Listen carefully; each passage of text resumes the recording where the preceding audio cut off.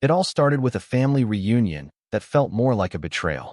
The moment I stepped into my childhood home, something felt off, like the air was heavier than usual. Little did I know, this gathering would leave me financially stripped and emotionally scarred. 2 days after the event, as I sat in my car outside a coffee shop, I opened my banking app to check my balance. My heart stopped. What was once a comfortable cushion of over $14,000 had dwindled to just $87,000. Panic surged through me, but it wasn't until I dug deeper that the full extent of the betrayal hit me like a freight train. Sarah and Seth hadn't just drained my savings. They'd taken out a loan in my name for $50,000. $50,000. When I confronted them later that evening, their reactions weren't just dismissive, they were cruel. Sarah laughed so hard she nearly spilled her wine, while Seth leaned back on the couch smirking, saying things like, "Come on, Mason, you don't even need that money." They called me selfish, dramatic, and accused me of being ungrateful because, apparently, they needed it more. It wasn't just their words that cut deep. It was the way they acted like this was some twisted game. That night, sleep eluded me. Every shadow seemed menacing, every sound amplified. Around midnight, my phone buzzed, a blocked number. A cold, distorted voice whispered, "Back off, or else." My blood ran cold. Was someone watching me? Following me? The thought sent shivers down my spine. This wasn't just about stolen money anymore. It felt like my entire life was unraveling. The betrayal didn't stop at the theft. It was their reaction that cut deeper than any financial loss. When I confronted Sarah and Seth, expecting at least a shred of remorse, they doubled down with venomous words. "You're being dramatic," Sarah sneered, her wine glass swirling lazily in her hand. "We didn't steal anything, we borrowed it. You'll survive." Seth chimed in, leaning back on the couch like this was some casual debate. "Relax, Mason. You've got a stable job, no kids, no mortgage. What's $50,000 to you?" Their smugness made my stomach churn. But worse still was my parents' response, or lack thereof. Mom didn't even glance up from her knitting when I raised my voice. "Sweetheart," she said softly but firmly, "you're the strong one. You don't struggle like your sister does. God gave you ease so you could share it." Share it? This wasn't sharing. It was theft, plain and simple. Dad, ever the silent enabler, muttered under his breath without looking away from his phone. Language, Mason, as if I were the one causing trouble. And then came the ultimate blow. A surprise family meeting called by none other than Sarah herself. She gathered everyone in the living room, turning what should have been a private issue into a public spectacle. One by one, they took turns tearing me apart. "You act like you're better than us," Sarah accused, pointing a finger at me. "Always judging, always holding back." Seth added fuel to the fire, calling me ungrateful and selfish for refusing to help further. Even distant relatives who barely spoke to me joined in, nodding along as though I'd committed some unforgivable sin. The tension in the room felt suffocating, like walls closing in. My own family had turned against me, twisting the narrative to paint me as the villain, all while they stood united in their greed. Looking back, I realized this pattern of exploitation had been woven into the fabric of my life for years. It started small, so small I barely noticed it at first. Sarah forgot to pay her phone bill once, so I covered it.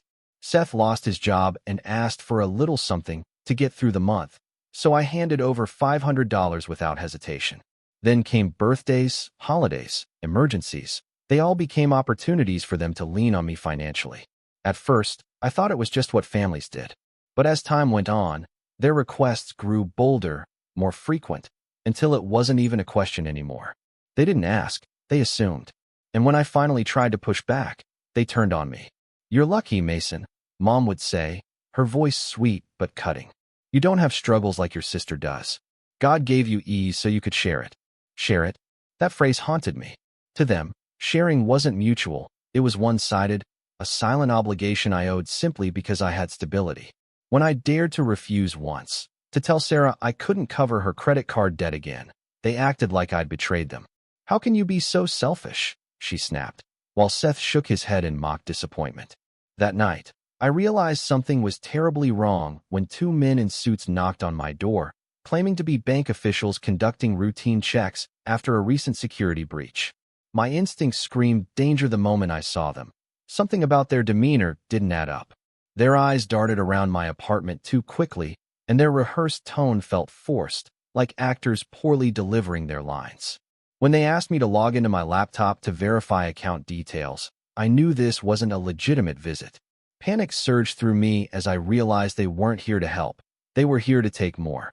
I stalled, pretending to fetch documents from another room, but my mind raced with worst-case scenarios. What if they had accomplices waiting outside? What if they intended to force me into handing over sensitive information? I couldn't risk staying in the apartment any longer. My heart pounded as I grabbed my phone and slipped out through the window onto the fire escape. The fall from the second story left me bruised, but alive, and certain that Sarah and Seth had orchestrated this desperate attempt to steal even more from me. The betrayal deepened when Sarah and Seth turned the tables on me, blaming me for their own crimes. A week after the confrontation, an email landed in my inbox from an anonymous address.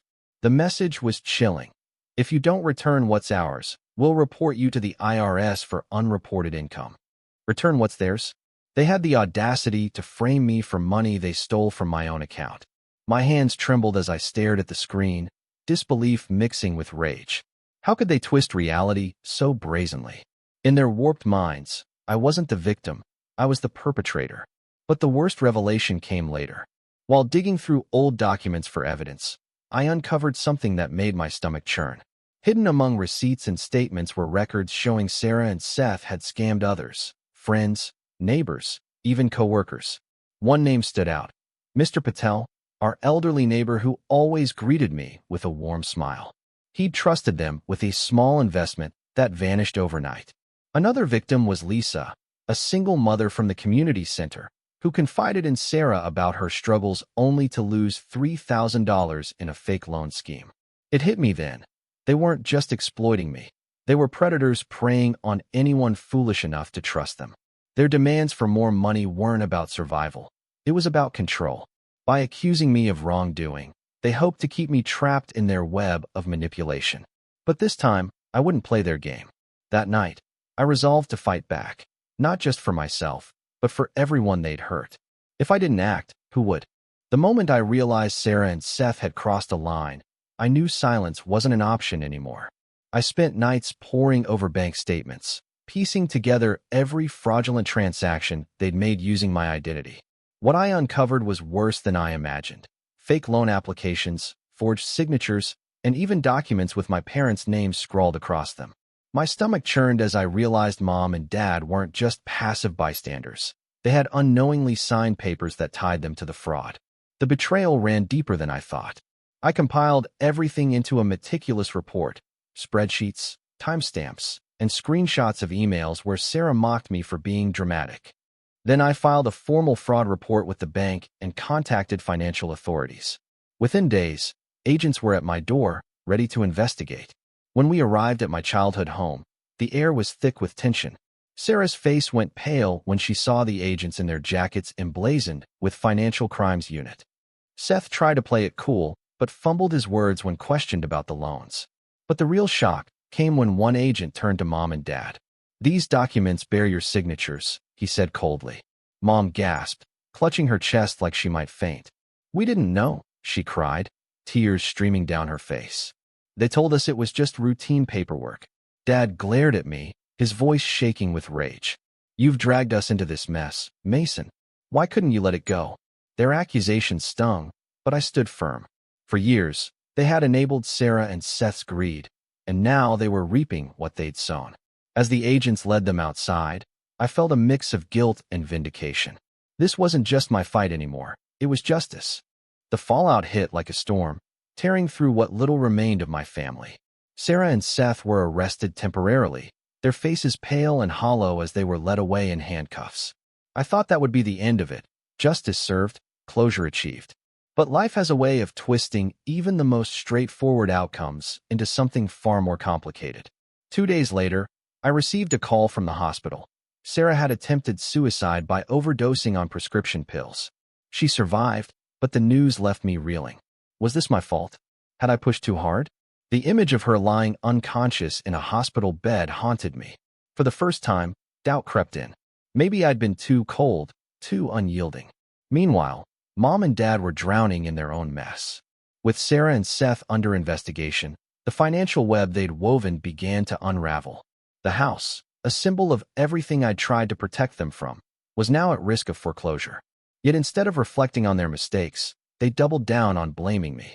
"You've destroyed us, Mason," Dad growled over the phone, his voice trembling with rage. "We trusted you, and you turned your back on us." Trusted me? Or used me? The hypocrisy burned like acid. But it wasn't just anger that consumed me. It was guilt. Guilt for not seeing the signs sooner. Guilt for standing firm when they cried out for help. Every late-night text from Mom, "Your sister almost died because of you," felt like a dagger piercing deeper. Still, I reminded myself of the truth. They had crossed every boundary, exploited every ounce of goodwill I offered. They weren't victims. They were perpetrators who refused to take responsibility. Even so, the weight of it all pressed down on me, making sleep elusive and peace feel distant. My family wasn't just broken, it was shattered beyond repair. Leaving wasn't just a decision, it was my lifeline. I packed what little I needed, left behind the life that had suffocated me for years, and moved to a new state where no one knew my name. For the first time, I woke up without dreading a call from Sarah or Seth asking for money. No more guilt trips from Mom about how I didn't understand family. The silence was deafening at first, but it quickly became my sanctuary. At work, something shifted too. Without the constant stress of juggling my sister's rent payments and my parents' overdue bills, I found myself sharper, more focused. My boss noticed. "You've been killing it lately," he said during our quarterly review. When he offered me a promotion, I accepted without hesitation. It wasn't just a raise. It was validation that I didn't need to sacrifice myself to be valued. Then came the letters, small ripples of change in the storm I'd unleashed. One afternoon, an envelope arrived with no return address. Inside was a handwritten note from Ellie, a distant cousin I barely remembered. She wrote, "Watching you stand up gave me the courage to leave too. Thank you for being the example I didn't know I needed." Her words hit me like a tidal wave. For years, I thought I was alone and feeling trapped. But now I realized my actions had sparked something bigger, a ripple effect of liberation. But the most unexpected message came from Kelly, Seth's younger sister. Her email was short but powerful. "I used to think you were cold, but now I see you were brave. You were right about everything. The toxicity, the manipulation. I'm sorry I didn't see it sooner." Reading her words, I felt a strange mix of pride and sorrow. Pride because someone finally understood, and sorrow because it had taken so long for anyone to say it. Living alone in a new city wasn't easy. Some nights, loneliness crept in, whispering doubts. Did I do the right thing? Was I too harsh? But then I'd remember Sarah's laughter as she dismissed my pain, Seth's smug grin when he called me dramatic. No, I told myself. Walking away wasn't cruel, it was survival. And for the first time in years, I felt free. Just when I thought the chaos was behind me, another storm brewed on the horizon. One morning, an anonymous letter arrived in my mailbox. The handwriting was shaky but urgent. "Sarah and Seth are at it again. They're pulling people into a Ponzi scheme to cover their losses. You need to stop them before more lives are ruined." My stomach churned as I read the words. They weren't just desperate, they were dangerous. Using their charm and lies, they were luring friends, neighbors, and even strangers into investing in what they claimed was a foolproof opportunity. I knew I couldn't ignore this. Reluctantly, I reached out to the financial crimes unit that had handled the initial investigation. Together, we devised a plan to expose their scheme before it spiraled further. The operation was tense. Undercover agents posed as potential investors while I provided evidence linking Sarah and Seth to their past frauds. When the final confrontation came, it felt like déjà vu. Sarah's face turned ghostly white as agents stormed into her office mid-presentation, catching her mid-lie. Seth tried to flee but was intercepted at the door. Amid the fallout, Kelly stepped forward publicly.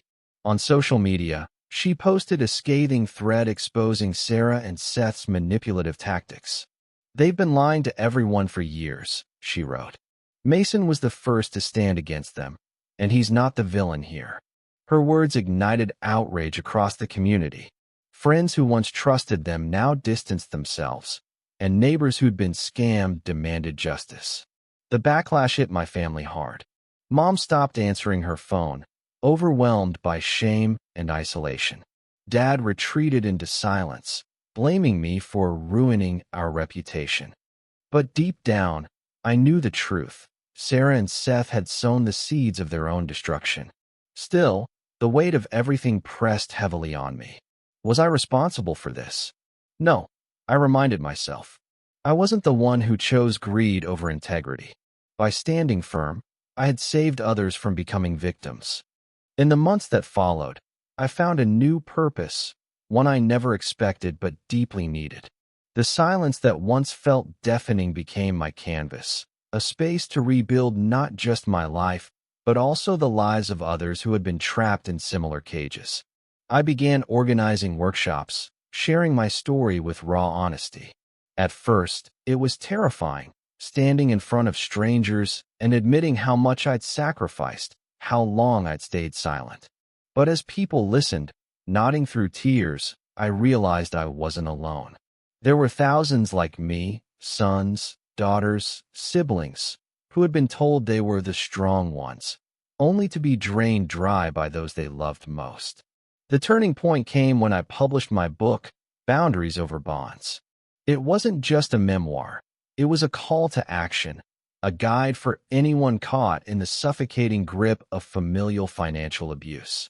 Within weeks, it topped bestseller lists, sparking conversations across social media, and even earning me invitations to speak on national platforms. One night, after a particularly emotional talk, a young woman approached me, her hands trembling as she held out a copy of my book. "You saved me," she whispered. "I left yesterday because of you." Her words hit me harder than any applause ever could. But the moment that truly defined this journey happened during a live event in Chicago. Standing before hundreds, I paused mid-sentence, letting the weight of everything settle. They told me I lost my family. I said, my voice steady despite the storm inside. But I didn't lose a family. I lost thieves, manipulators, users. And sometimes, losing them is the greatest gift you'll ever give yourself. The room erupted into applause, but what struck me most was the sea of faces, some tear-streaked, others resolute, all united by the courage to reclaim their lives. Just when I thought the chaos was behind me, another storm brewed on the horizon. One morning, an anonymous letter arrived in my mailbox. The handwriting was shaky but urgent. "Sarah and Seth are at it again. They're pulling people into a Ponzi scheme to cover their losses. You need to stop them before more lives are ruined." My stomach churned as I read the words. They weren't just desperate, they were dangerous. Using their charm and lies, they were luring friends, neighbors, and even strangers into investing in what they claimed was a foolproof opportunity. I knew I couldn't ignore this. Reluctantly, I reached out to the financial crimes unit that had handled the initial investigation. Together, we devised a plan to expose their scheme before it spiraled further. The operation was tense. Undercover agents posed as potential investors while I provided evidence linking Sarah and Seth to their past frauds. When the final confrontation came, it felt like déjà vu. Sarah's face turned ghostly white as agents stormed into her office mid-presentation, catching her mid-lie. Seth tried to flee but was intercepted at the door. Amid the fallout, Kelly stepped forward publicly. On social media, she posted a scathing thread exposing Sarah and Seth's manipulative tactics. "They've been lying to everyone for years," she wrote. "Mason was the first to stand against them, and he's not the villain here." Her words ignited outrage across the community. Friends who once trusted them now distanced themselves, and neighbors who'd been scammed demanded justice.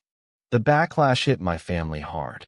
Mom stopped answering her phone, overwhelmed by shame and isolation. Dad retreated into silence, blaming me for ruining our reputation. But deep down, I knew the truth. Sarah and Seth had sown the seeds of their own destruction. Still, the weight of everything pressed heavily on me. Was I responsible for this? No, I reminded myself.